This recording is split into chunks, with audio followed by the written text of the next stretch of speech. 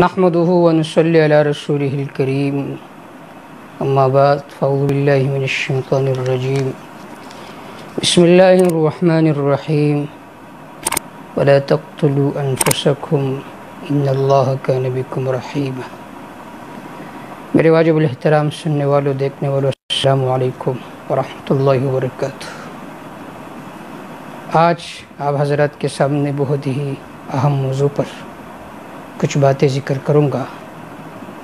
وہ موضوع اور عنوان ہے کہ آج کل اسلامی ممالک میں بھی خودکشیوں کا ریشہ بڑھ چکا ہے۔ مغربی ممالک میں اگر خودکشی ہو رہی ہے تو ان کے دل میں ایمان نہیں ہے۔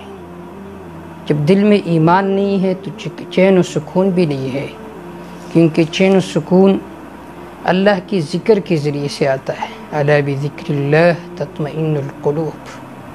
اللہ فرماتے خبردار، اللہ کے ذکر کی وجہ سے دلوں کو اطمینان ملتا ہے۔ اگر وہ ڈپریشن کا شکار ہے، مایوسی کا شکار ہے تو وہ اس کے لائق ہے۔ لیکن ہم دیکھتے ہیں کہ کئی سالوں سے جو اسلامی ممالک ہے وہاں پر بھی یہ نوجوان ڈپریشن کے شکار ہو رہے ہیں، پھر اس کے نتیجے میں خودکشی کر رہے ہیں۔ عزیز دوستو، اگر کوئی یہ سمجھتا ہے کہ خودکشی کرنے کی وجہ سے جان چھوٹ جائے گی، ٹینشن ختم ہو جائے گا، تو یہ اس کا فضول سوچ ہے، بلکہ خودکشی کے بعد اور عذاب میں اضافہ ہوگا اور ڈپریشن میں اضافہ ہوگا۔ اس کا حل یہ نہیں ہے۔ چین و سکون کا حاصل کرنے کا سبب وہ اللہ کا ذکر، اللہ کا کتاب ہے کہ اس کو تھامو، اس کو اپناؤ۔ قرآن مجید میں اللہ رب العزت کا ارشاد ہے وَلَا تَقْتُلُوا أَنفُسَكُمْ، اپنے آپ کو قتل نہ کرو، إِنَّ اللَّهَ كَانَ بِكُمْ رَحِيمًا، کیونکہ اللہ تم پر رحم کرنے والا ہے، تمہارے دلوں میں اللہ اطمینان پیدا فرمائیں گے۔ خودکشی کرنا اتنا بڑا گناہ ہے، اتنا سنگین گناہ ہے۔ جو آدمی خودکشی کرے، اگر زہر پیے تو قیامت میں اس کو سزا ملے گا زہر پینے کا۔ حضرت ابو ہریرہ رضی اللہ تعالیٰ عنہ ارشاد فرماتے ہیں، آپ صلی اللہ علیہ وسلم نے فرمایا من قتل نفسه بحدیدۃ فحدیدته بیدی یتوجأ بها فی بطنه فی نار جہنم خالدا مخلدا فیہا ابدا۔ جس آدمی نے لوہے کے آلے سے اپنے آپ کو قتل کر ڈالا، قیامت میں اس کو عذاب ملے گا اسی لوہے کے آلے کے ذریعے سے۔ وہ اپنے پیٹ میں گھونپے گا، اپنے پیٹ میں اس چھری کو، اس لوہے کو داخل کرے گا، جہنم میں ہمیشہ رہے گا۔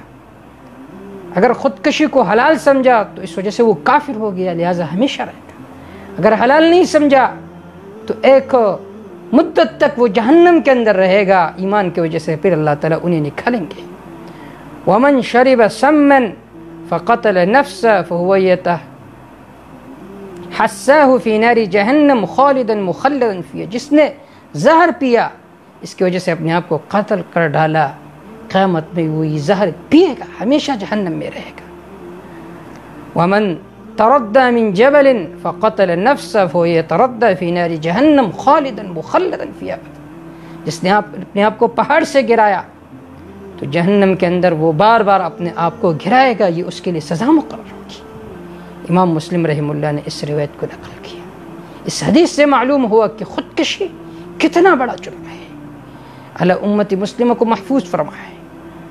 اور جو نوجوان ڈپریشن کا شکار ہے، مایوسی کا شکار ہے، اس وجہ سے کہ ان کا تعلق دین کے ساتھ نہیں ہے، وہ غلط فلمیں دیکھتے ہیں، غلط چیزیں دیکھتے ہیں، اس وجہ سے وہ یہ سمجھتے ہیں کہ مصیبتوں سے ہماری جان چوٹ جائے گی خودکشی کی وجہ سے، تو یہ بہت بڑی حماقت اور بہت بڑی جسارت ہے۔